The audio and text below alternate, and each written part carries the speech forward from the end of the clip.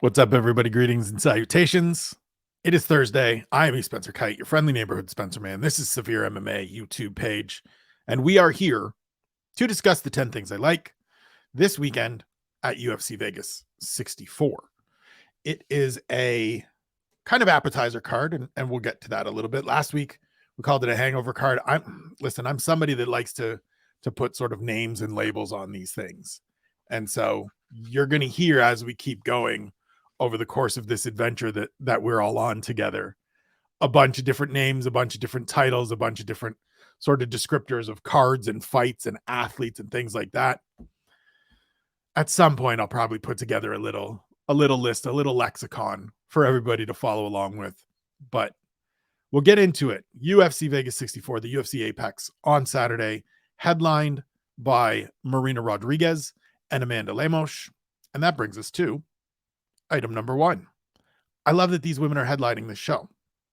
It was originally scheduled to be headlined by Bryce Mitchell and Maverick, which would have been a terrific fight between two terrific featherweights. And I know Mitchell is rescheduled for December 5th against Ilia Topuria, which, again, terrific fight. I hope Maverick gets healthy and gets back soon. But I'm excited that this fight is getting this opportunity, because I think fights like this need to be 5-round main events. This, to me, as I said yesterday on one question, is a title eliminator. This is a number one contender fight. And I think it's important to showcase fights like this in main events, to put 5 rounds on the table for competitors that are going to be potentially fighting in championship fights going forward. It gives them preparation. It gives them experience. We've seen Marina Rodriguez has had it. Amanda Lemos has had it already this year. Didn't go so well for her. But I think it's important because it also sets sort of the understanding for fight fans that these are important fights and critical fights, and not just stuck in here because we're looking for something, right? I also appreciate that this is the 6th set of females to headline this year. It's the second main event, as I said, for Amanda Lemos. It's the 3rd overall for Marina Rodriguez. She won a pair last year against Michelle Waterson-Gomez and Mackenzie Dern. And 3 of the last 5 events have been headlined by women, which is a nice little run. They've all been important fights.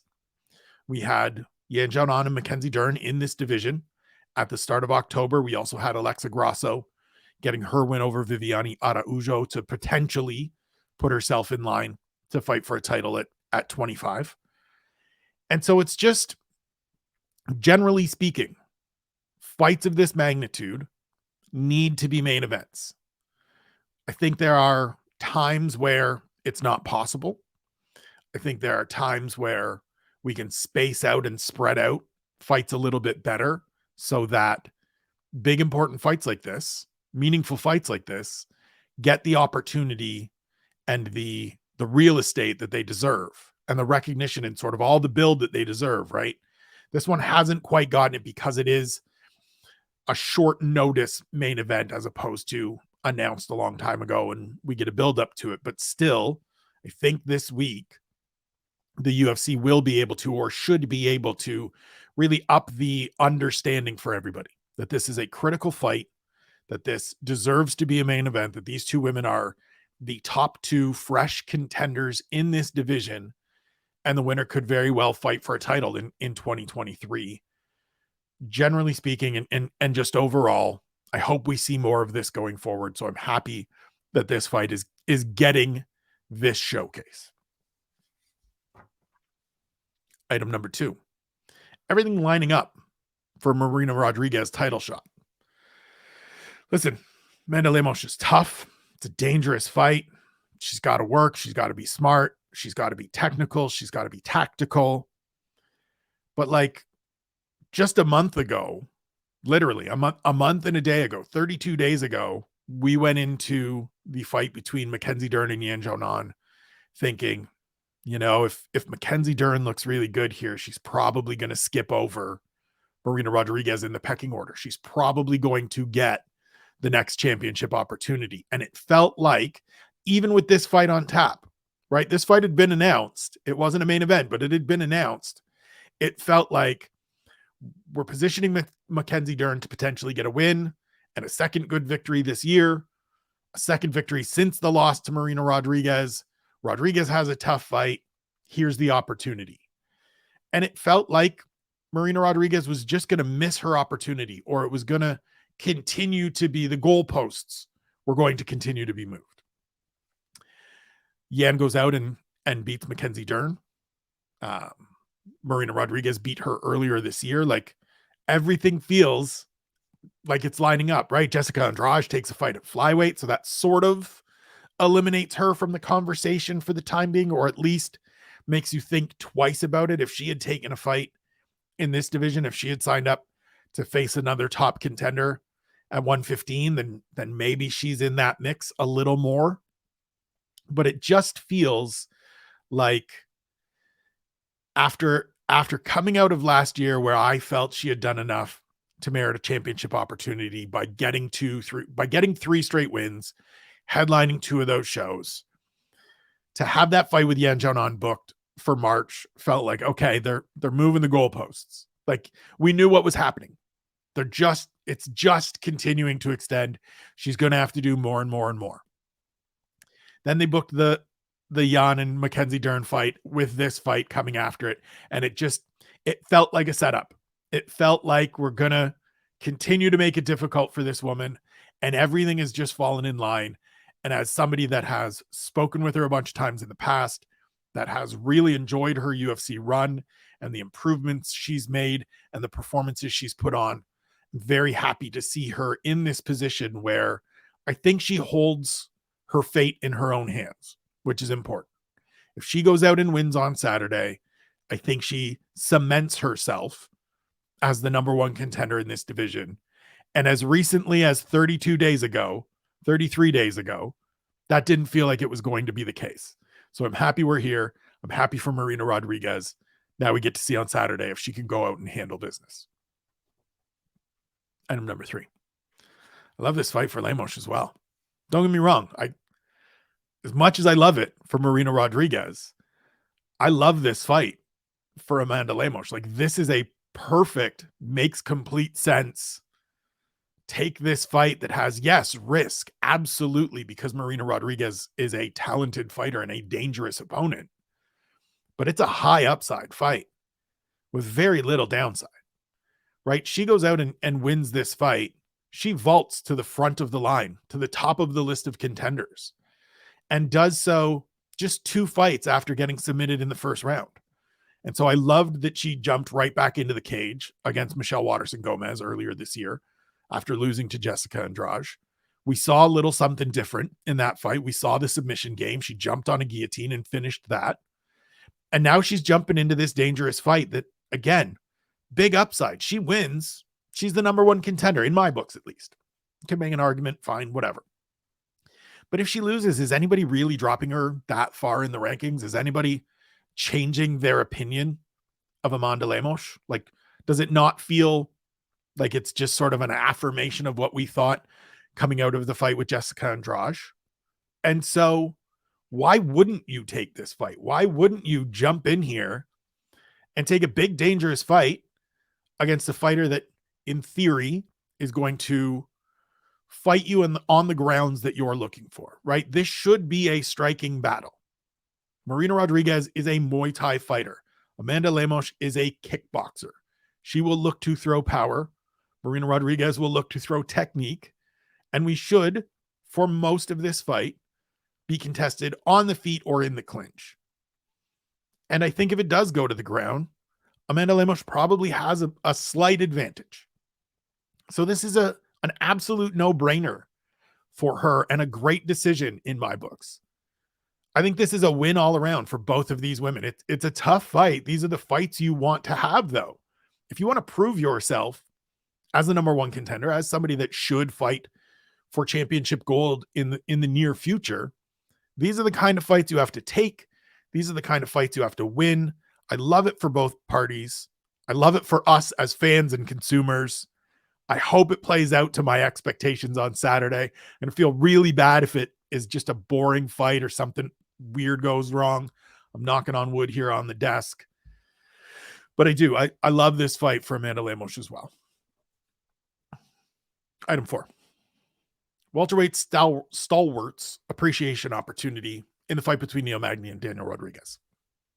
My question yesterday on One Question, please check it out here on the Severe YouTube page after you watch this, of course, was, do you know how good these guys really are? And I you know, a little bit in jest, but I do think that a lot of people don't understand and recognize how difficult it truly is to be Neil Magny, and how impressive it is that in not quite 2 full years, Daniel Rodriguez has gone 7-1 in the UFC. He's been super active, right? Like, I get the Kevin Holland thing, when Kevin Holland won 5 fights in 1 year, and it was really like 5 fights in 9 months. It's impressive. It's great. Daniel Rodriguez has gone 7-1 in 3 years. Like, that's pretty good. He has a chance now. This is his 9th fight in 3 years. So he's not running at the Kevin Holland crazy pace, but he's having better success against better fighters. And I think this is a chance for whoever is on the broadcast, whoever is calling these fights, to just sort of lay out and make it known to everybody how hard this is, how difficult it is to be these guys, to have these kinds of careers, these kinds of run in this division. It's a little bit easier in other divisions, but it's still difficult, right? 3 fight winning streaks in the UFC, as Rodriguez is on right now, coming into this, aren't easy to come by. You don't just go out and beat 3 good fighters as he has. And so I think he's actually on a 4-fight. He is on a 4-fight winning streak, because he's got the win over Preston Parsons in there as well. So, like, this is a chance to sort of, you know, see how good these guys really are if we haven't been paying attention before. They've generally been fighters who are, and Neil Magny's headlined a couple of times, but they're generally fighters who are tucked outside of the main event, who are in this sort of position, maybe the co-main, maybe a fight on the main card, maybe sort of the second fight on the pay-per-view, and they don't really get the shine. They don't ever really grab the attention, but they're super talented fighters. This should be a really competitive fight between 2 absolutely fundamentally sound fighters. Like, this is a great fight. And I know people are going to be like, really great fight? This is a great fight. Not in the sense of like a championship fight or a title eliminator or anything like that, but this is just a really, like, this is a like, when, you know, when you're just craving like that favorite meal, whatever it is, that food that you want, whether it's a burger, whether it's sushi, whether it's Mexican, Indian, whatever, pizza, and you just want to go and, like, maybe you can't find the absolute best, but you just want to go and get really quality. You know, it's going to be good. You know, you're going to be satisfied. That's what this fight is. This fight is that guaranteed satisfaction burger, pizza, sushi, whatever. And I hope more people appreciate it. I hope more people recognize that. I hope it gets talked about in those terms on Saturday, because we spend a lot of time talking about, you know, contenders and prospects and all of these different things. Let's give some love to the dudes that have been around and just consistently doing it for a number of years, like Neil Magny and Daniel Rodriguez. Item 5. Flyweight questions will be answered. Tahir Ulanbekov, Nate Maness, middle of the main card, Maness's flyweight debut. Like, this is another great fight, because not only are we going to learn a little bit about where Nate Maness fits in the division, coming down from 35, where he went 3-1, but we're going to find out more about Tahir Ulanbekov as well. Trains under Habib with Umar Nurmagomedov, who beat Nate Maness last time out. New lightweight champ Islam Makhachev. And he's one of those guys that came in with a little bit of buzz, a little bit of like, okay, this is one of Khabib's guys. Good record. But you could argue he probably deserved to lose his second fight in the UFC against Alan Nascimento, who will get mentioned later on in the show. And he lost last time out to Tim Elliott. And so there's still some questions surrounding Ulanbekov and where he fits and what he brings to the table. And so for two guys that are just outside of the top 15, and look, it's hard to figure out where Manus is positioned because he hasn't fought in the division yet, but given what he did at bantamweight, given who he's facing, you get a good sense of where the UFC sees him, right in that second 15 at flyweight. We're going to find out which of these guys could potentially push into the rankings, what to maybe expect in the next year, kind of get a sense of who they could face and how far they could go over the next year, and learn maybe some of what the holes are, what some of the flaws in their games are, the weaknesses of their games are, that we can then start watching to see if those get, remedied, fixed, filled, improved. And that's like, to me, these are the things I want from fights. These are the things I want from matchups like this. And we'll get to this a little bit more kind of broadly and generally later on. But like, winners close to cracking the rankings, in line for a date with a ranked fighter next time out. Like, division's probably going to be front and center next year. We kick off the first pay-per-view with the flyweight tetralogy between Davison Figueiredo and Brandon Moreno. And so while this isn't going to have immediate championship ramifications, like, this is a fight that's going to determine who fights some of those guys in the lower third, or maybe even the middle third of the flyweight rankings.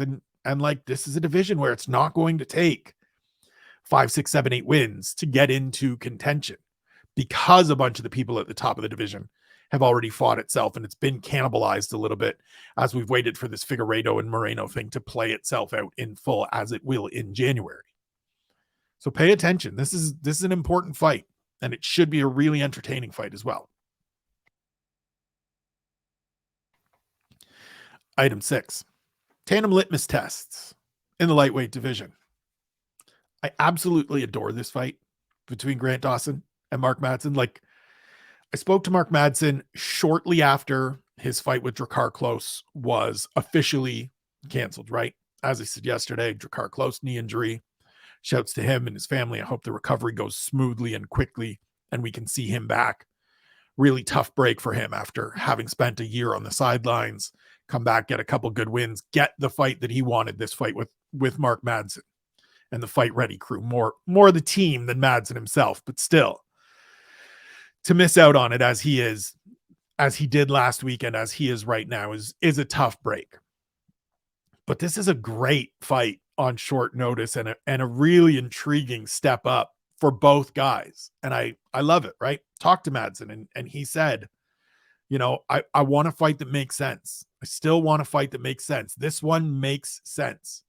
Grant Dawson is 6-0-1 in the UFC. He's 18-1-1 with one no contest in his career. Madsen's 12-0. Like, this is each guy getting the fight that they need at this moment. We get to find out how Grant Dawson deals with a relentless veteran grappler in the Olympic silver medalist. We get to find out how Madsen does with a younger, quicker, confident grappler in Grant Dawson, who's got a little bit of striking, who's shown that he can, hang around into the late stages without really wilting and still find a finish. And the other part of it is that the winner has to be getting pretty close to cracking that top 15. Like, with all due respect to Conor McGregor, Tony Ferguson, and Drew Dober, who make up the final 3 spots in the top 15, one of these guys continuing to push forward probably makes a case for bumping Tony Ferguson. Or, let's be honest, bumping Conor McGregor, who hasn't won a fight at lightweight since beating Eddie Alvarez for the lightweight title many years ago. But I digress. It's a great fight. Again, great fight. It sucks that it's not getting as much attention and praise and conversation as it deserves, as it merits, because it is a great fight. And the winner of this is going to be somebody we hear from next year in like good, important, meaningful, high stakes, high jeopardy fights. Pay attention, because you are going to see one of these two men, if not both, a great deal in 2023 and beyond. Item 7, Maverick's back. Obviously, I'm high on Miranda Maverick. She is my fighter to watch this week. She is in my Fighters on the Rise on UFC.com. That story is out now. Tweeted it out yesterday. Please go check it out. I really appreciate her approach to this fight. We spoke before this fight for UFC.com. And she basically just said, like, yeah, it's not really a fight that makes sense. But look, I tried to get a bunch of other fights. Nobody wanted to fight me. I tried to fight ranked opponents. They weren't interested. Tried to jump into some short notice opportunities. I said yes. The other side said no.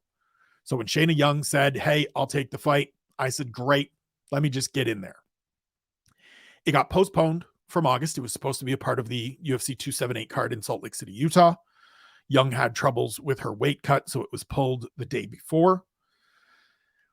And then it was kept together, which is a bit of a weird decision. And again, Miranda Maverick acknowledged that. She was wondering if maybe they could do similar to her fight with Jillian Robertson, which also back in the day was canceled the day before. It got turned around in about 2 or 3 weeks.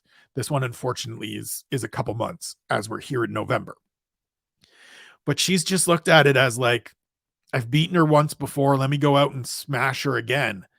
And I got to tell you, it's a really good outlook. It's a really good frame of mind for a 25-year-old with an abundance of confidence, an abundance of natural talent, and proven ability inside the octagon and outside of the UFC prior to this, who is continuing to build out a training camp and relationships with Elliot Marshall, her head coach in Denver, with Justin Houghton, her striking coach in Denver, and training with a bunch of very talented and skilled, experienced fighters up in Denver, Colorado, or out in Denver, Colorado. I guess it's down in Denver, Colorado from where I am.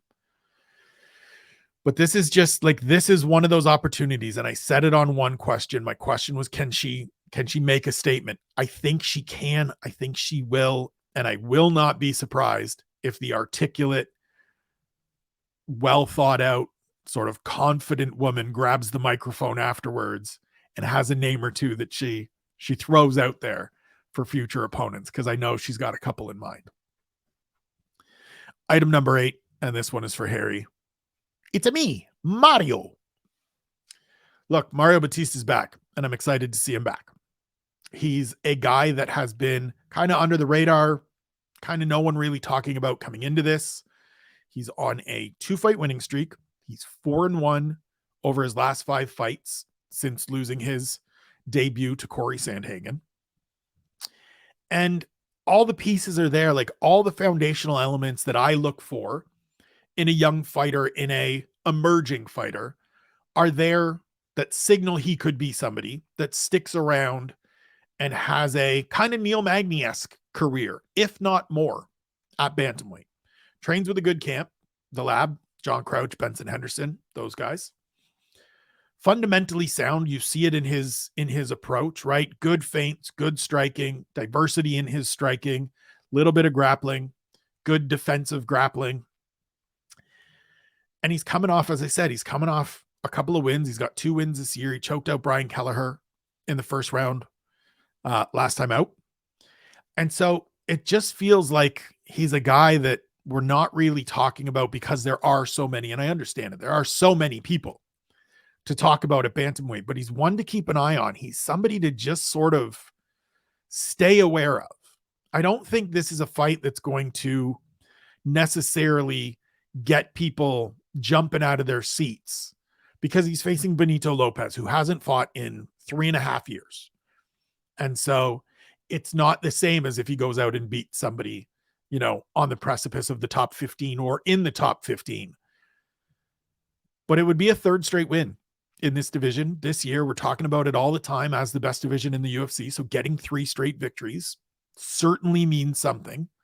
And for a 28-year-old that just continues to show improvements each time out, that's intriguing to me. That's important to watch and to track and to pay attention to for me.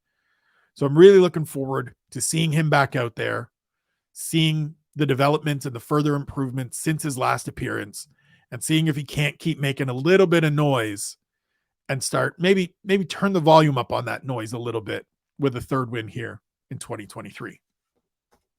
Sorry, 2022. Getting ahead of myself. Item 9. Another tough assignment for Jake Hadley.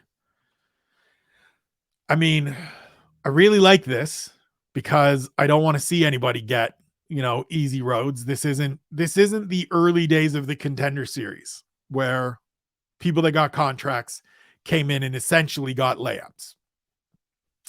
It's an important fight for the former Cage Warriors champ, right? His win on Contender Series was good. He beat Mitch Raposo, who had been unbeaten, was on The Ultimate Fighter season 29. It was a good win, but he missed weight. He, rubbed some people the wrong way during the week. It was one of those things that Dana made no bones about it. Like he was taking a chance going against the advice or direction of Sean Shelby and Mick Maynard in giving Jake Hadley a contract. He then went out and lost his debut and didn't really do a lot in his fight with Alan Nascimento, who I mentioned earlier. And now this fight with Carlos Candelario it's a step back, but it's still a tough fight.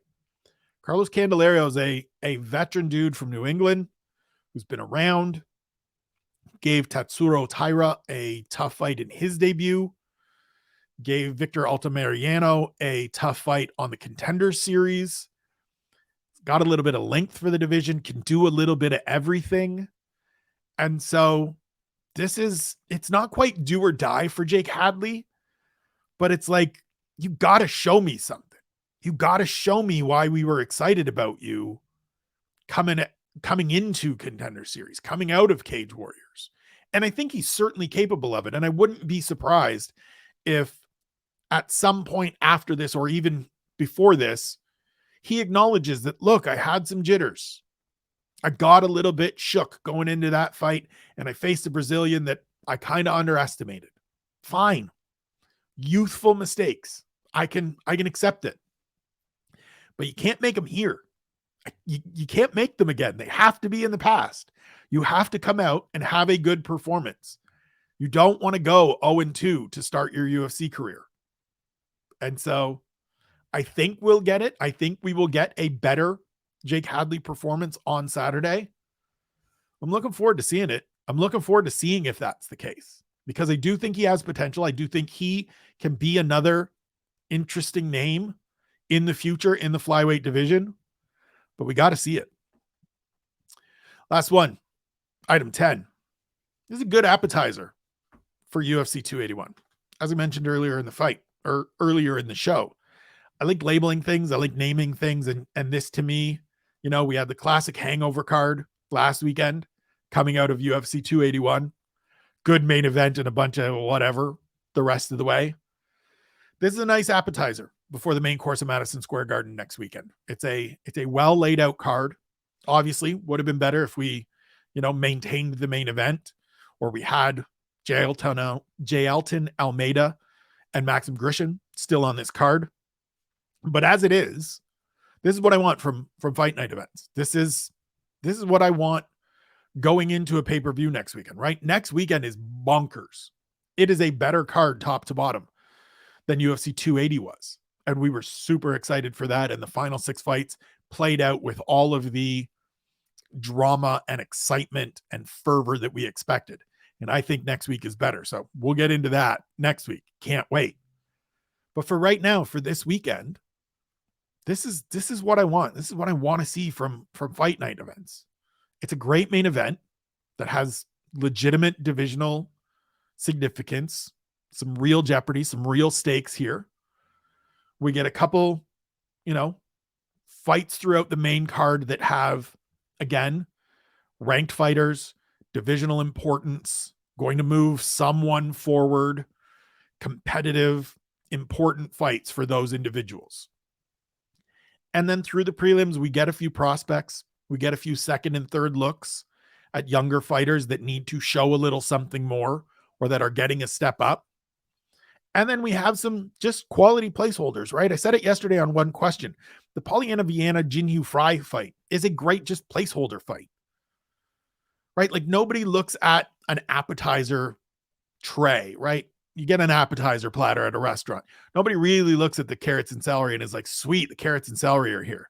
But you know what everybody has at some point? Like you can't just keep eating the fried food. You got to have the palate cleanser of the celery and carrots at some point. Maybe I'm weird. Tell me in the comments if I'm weird, if I'm the only dude that eats the vegetables.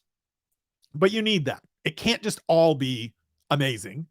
And so you need those placeholder fights. We get them. I think top to bottom, this is a very good card.